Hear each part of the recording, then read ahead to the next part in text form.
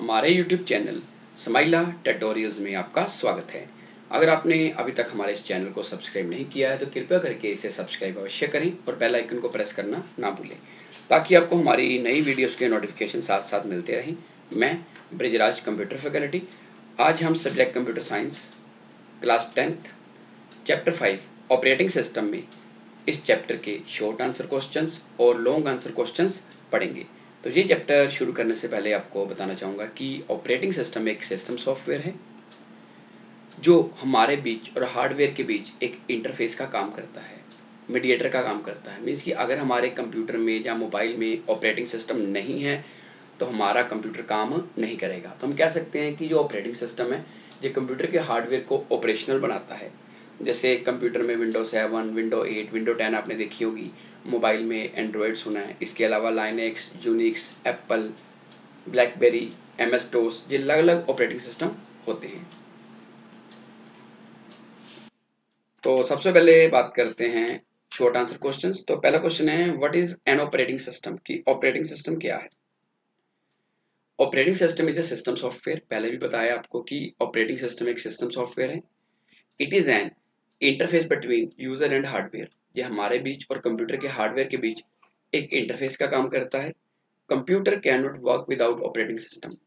Computer बिना operating system के काम नहीं कर सकता। For example MS dose, MS Windows, Windows में सारे वर्जन आ जाते हैं, विंडोज 7, विंडोज 8, विंडो 10, एंड्रॉयड जो मोबाइल में यूज होता है, इसके अलावा लाइनक्स और यूनिक्स। ये अलग अलग ऑपरेटिंग सिस्टम है जो अलग अलग तरह की डिवाइसेस में यूज होते हैं।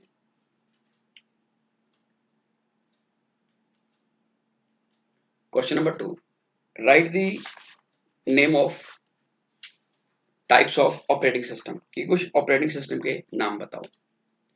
The name of types of operating system are as following. Number 1, batch processing operating system या बैच ऑपरेटिंग सिस्टम। ये सबसे पुराना ऑपरेटिंग सिस्टम है। इसको ऑफलाइन ऑपरेटिंग सिस्टम भी बोलते हैं। इसके अंदर जो यूजर था वो कंप्यूटर के साथ डायरेक्ट अटैच नहीं होता था। इसमें क्या करता था, जो यूजर होता था अपनी प्रॉब्लम को ऑफलाइन प्रिपेयर करता था पंच कार्ड पे। उस टाइम पंच कार्ड यूज होते थे। उसके बाद वो यूजर क्या करता था, अपने जो पंच कार्ड थे या अपना ऑफलाइन काम था उसको लेके किसी कंप्यूटर सेंटर में जाता था। वहां पे जो ऑपरेटर था वो उससे पंच कार्ड ले लेता था एज एन इनपुट। उसके बाद वो क्या करता था ऑपरेटर, कि पंच कार्ड्स को कंप्यूटर में डाल के उसी पे आउटपुट निकाल देता था, उसका बैच बना के, ग्रुप बना के, और बाद में कंसर्न यूजर्स को वो वापस कर देता था। ये ऑपरेटिंग सिस्टम आजकल यूज नहीं होता। Number 2, time sharing operating system. जो टाइम शेयरिंग ऑपरेटिंग सिस्टम है यह भी एक ऑपरेटिंग सिस्टम की एक टाइप है। ये एक ऐसी टेक्निक है जिसमें अलग अलग लोग जो हैं अपने घर पर बैठ के या किसी लोकेशन पे बैठ के किसी एक खास कंप्यूटर सिस्टम को असेस कर सकते हैं।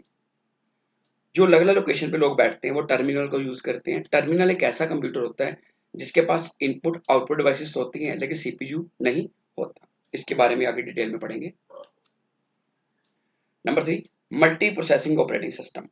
मल्टी प्रोसेसिंग का मतलब कि जिस ऑपरेटिंग सिस्टम के अंदर दो या दो से ज्यादा सीपीयू यूज होती हो उसको बोलते हैं मल्टी प्रोसेसिंग या multi processor operating system. Number 4, network operating system. Network का मतलब होता है अगर हम दो या दो से ज्यादा कंप्यूटर्स को आपस में अटैच करना चाहते हैं, इंटरकनेक्ट करना चाहते हैं, तो उसको बोलते हैं नेटवर्क। अब जिसमें नेटवर्क बनाया है उसमें जो ऑपरेटिंग सिस्टम यूज होगा उसको बोलेंगे network operating system.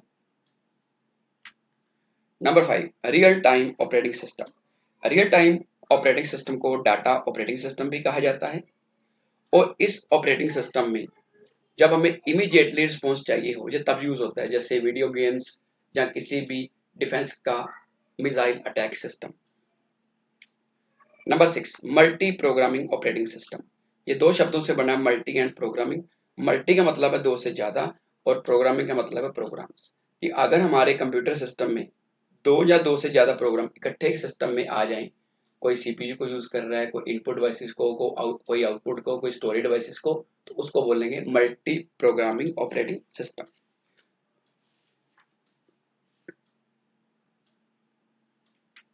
Next question है, make a list of common functions of operating system. कि ऑपरेटिंग सिस्टम के कॉमन फंक्शंस कौन कौन से हैं? The functions of operating system are as following. Number 1 program execution, इसका मतलब है प्रोग्राम को लागू करना। ठीक, कंप्यूटर में जब हम प्रोग्राम को एग्जीक्यूट करते हैं, प्रोग्राम को चलाते हैं, तो उसको बोलते हैं program execution. Number 2 input output operations. Input output operations में हमारी इनपुट और आउटपुट डिवाइसेस आ जाती हैं। जब हम कोई इनपुट डिवाइसेस से रिलेटेड काम करते हैं, मान लो कीबोर्ड से कोई कमांड दी है, माउस से कमांड दी है, या स्कैनर को यूज किया है, वो इनपुट ऑपरेशन हो गया। और जब हम स्क्रीन पे आउटपुट देखते हैं, या प्रिंटर पे आउटपुट निकालते हैं, या स्पीकर पे साउंड सुनते हैं, तो वो क्या हो गया, output operation. Number 3 file manipulation, इसका मतलब है फाइल सिस्टम के साथ काम करना, कि किसी फाइल को क्रिएट करना, फाइल को ओपन करना, फाइल को कॉपी करना, फाइल को कट करना, या फाइल को डिलीट करना। Number 4 communication. कम्युनिकेशन मतलब संचार, कि जब हम ऑपरेटिंग सिस्टम के अंदर सूचना का आदान प्रदान करते हैं, तो उसको बोलते हैं कम्युनिकेशन। नंबर 5 एरर डिटेक्शन, इसका मतलब है गलतियों को ढूंढना। ऑपरेटिंग सिस्टम के अंदर अगर कोई एरर आ जाते हैं या कोई प्रॉब्लम आ जाती है, तो उसको लगातार चेक करता रहता है, ताकि जो हमारा ऑपरेटिंग सिस्टम है वो सही ढंग से काम करता रहे। नंबर 6 रिसोर्स एलोकेशन, मतलब कि जो रिसोर्सेज हैं उनको डिस्ट्रीब्यूट करना। जो ऑपरेटिंग सिस्टम है वो एक रिसोर्स एलोकेटर का काम भी करता है। रिसोर्स कंप्यूटर के अंदर अलग अलग होते हैं, जैसे सीपीयू, इनपुट, आउटपुट, स्टोरेज या मेमोरी। किस प्रोसेस को कब मेमोरी देनी है, कब कोई और रिसोर्स देना है, जैसे कि सीपीयू, इनपुट या आउटपुट, ये भी कोड डिसाइड करता है ऑपरेटिंग सिस्टम। नेक्स्ट पॉइंट है प्रोटेक्शन। प्रोटेक्शन का मतलब होता है सुरक्षा, कि जो ऑपरेटिंग सिस्टम है वो हार्डवेयर और सॉफ्टवेयर को सुरक्षा भी प्रदान करता है। अगर सॉफ्टवेयर को सुरक्षा प्रदान करनी है, तो उसके लिए आप केवल पासवर्ड लगाते हो। Number 8 user interface. User interface का मतलब हर ऑपरेटिंग सिस्टम का अपना एक इंटरफेस होता है। जैसे हम बात करें कीबोर्ड की, अगर हमारे ऑपरेटिंग सिस्टम से कीबोर्ड काम कर रहा है, तो उसको बोलेंगे सीजीआई, कैरेक्टर यूजर इंटरफेस। अगर हमारे ऑपरेटिंग सिस्टम में माउस काम कर रहा है, तो that is graphical user interface. So हम कंप्यूटर को यूज करने के लिए कौन सा इंटरफेस यूज कर रहे हैं, उसको बोलते हैं interface.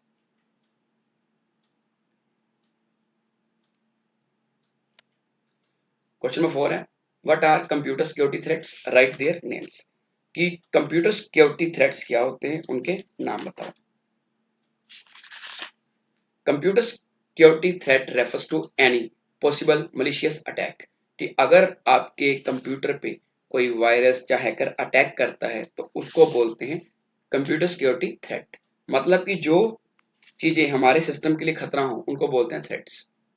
These threats can affect the smooth functioning of our computer.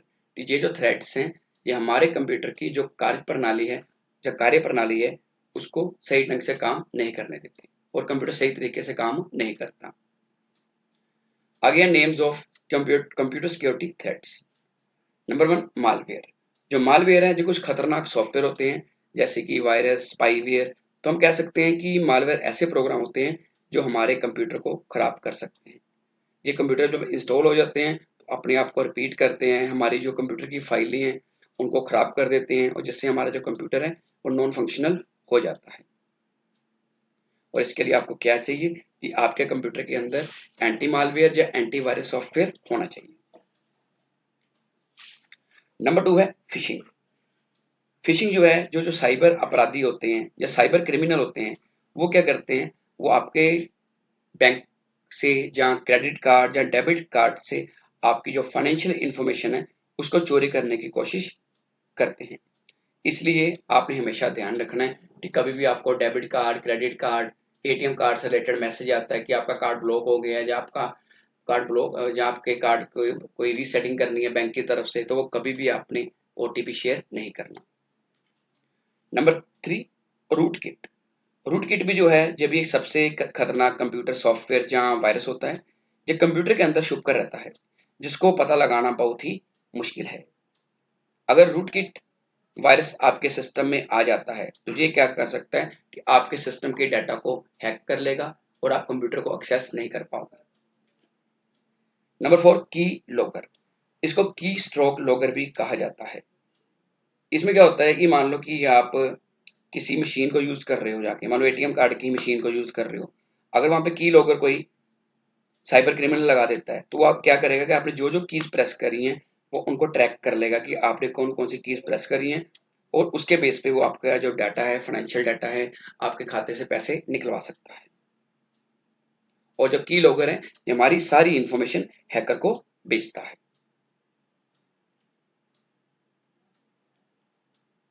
Fifth question है, what is firewall? It is a security technique that protect our computer from virus और any other type of cyber attack. ये firewall एक security technique है जो हमारे computer को virus या cyber attack से बचाती है। Firewall act as security guard between internet and our local area network.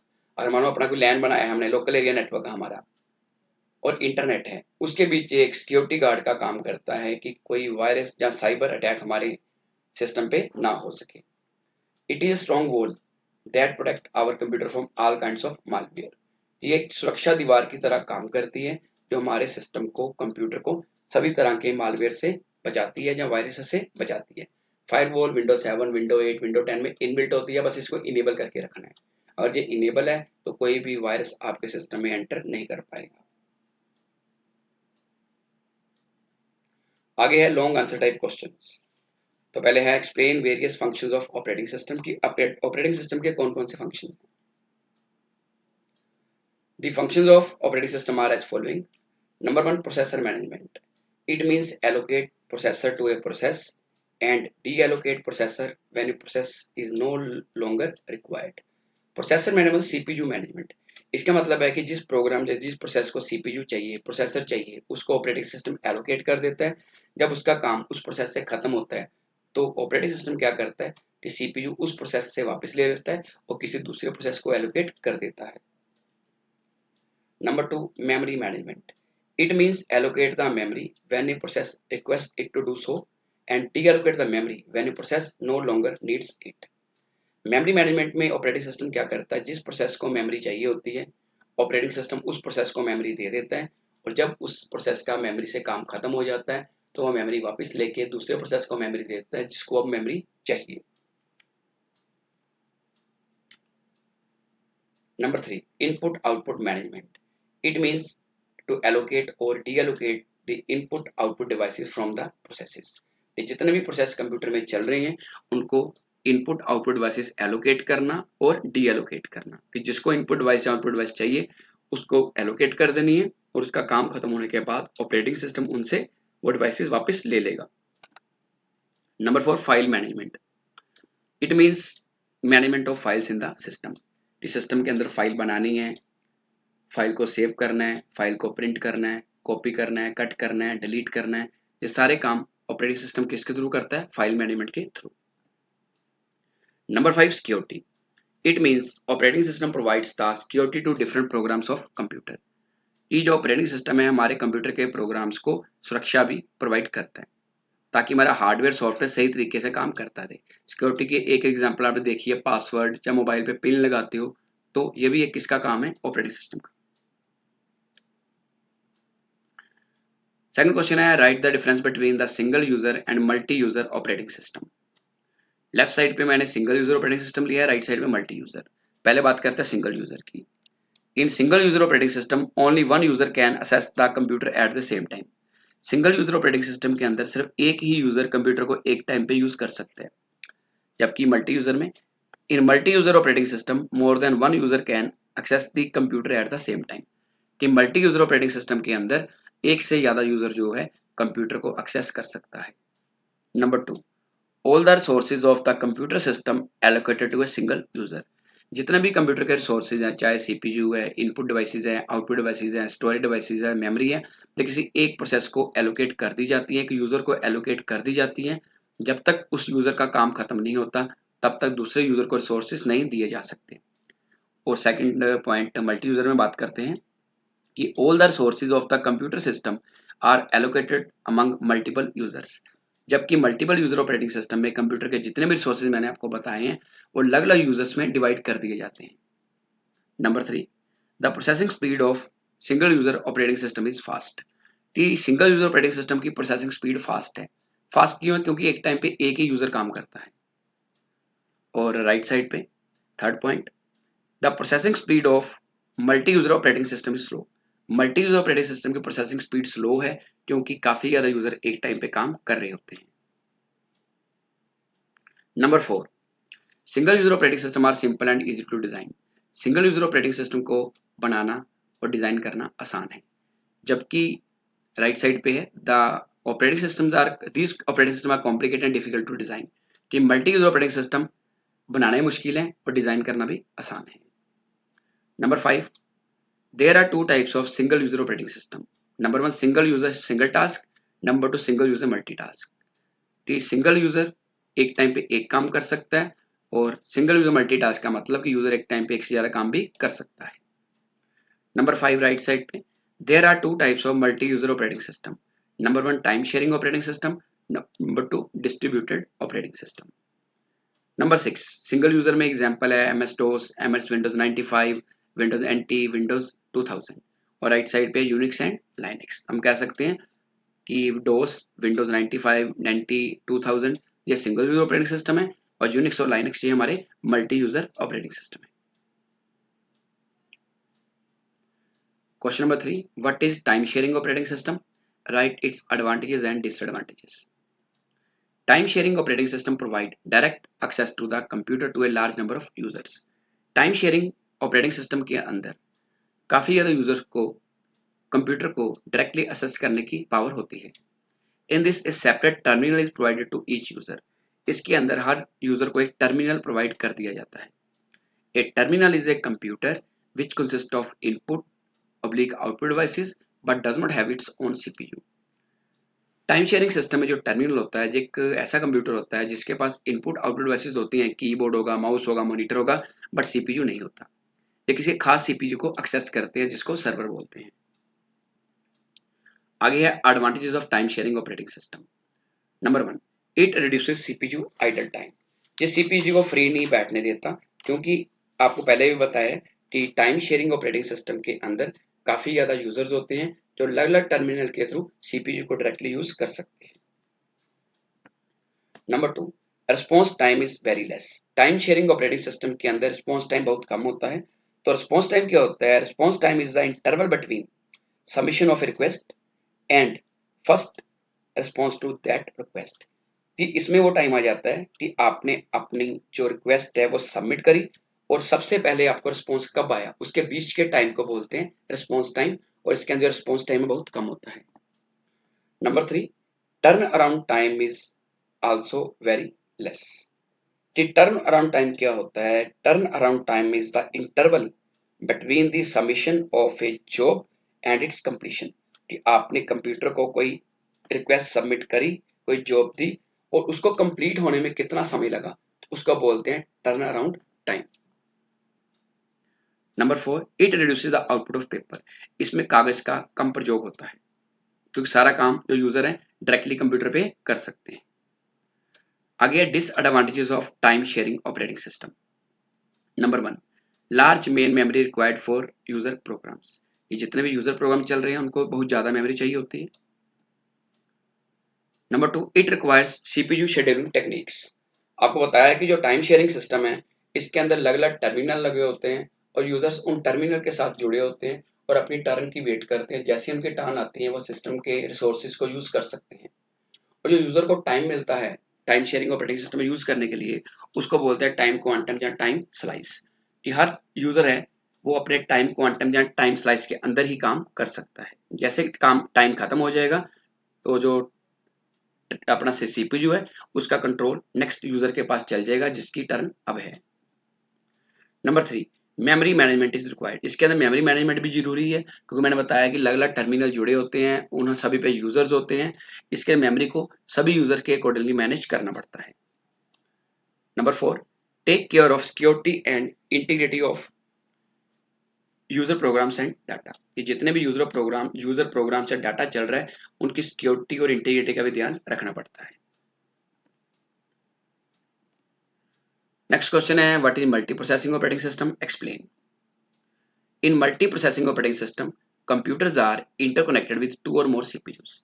कि मल्टी प्रोसेसिंग ऑपरेटिंग सिस्टम के अंदर दो या दो से ज्यादा सीपीयू लगे होते हैं। It can execute several programs at the same time. ये एक टाइम पे काफी ज्यादा प्रोग्राम्स को एग्जीक्यूट कर सकता है। नीचे आप डायग्राम देख सकते हो, इसमें दो सीपीयू लगे हैं।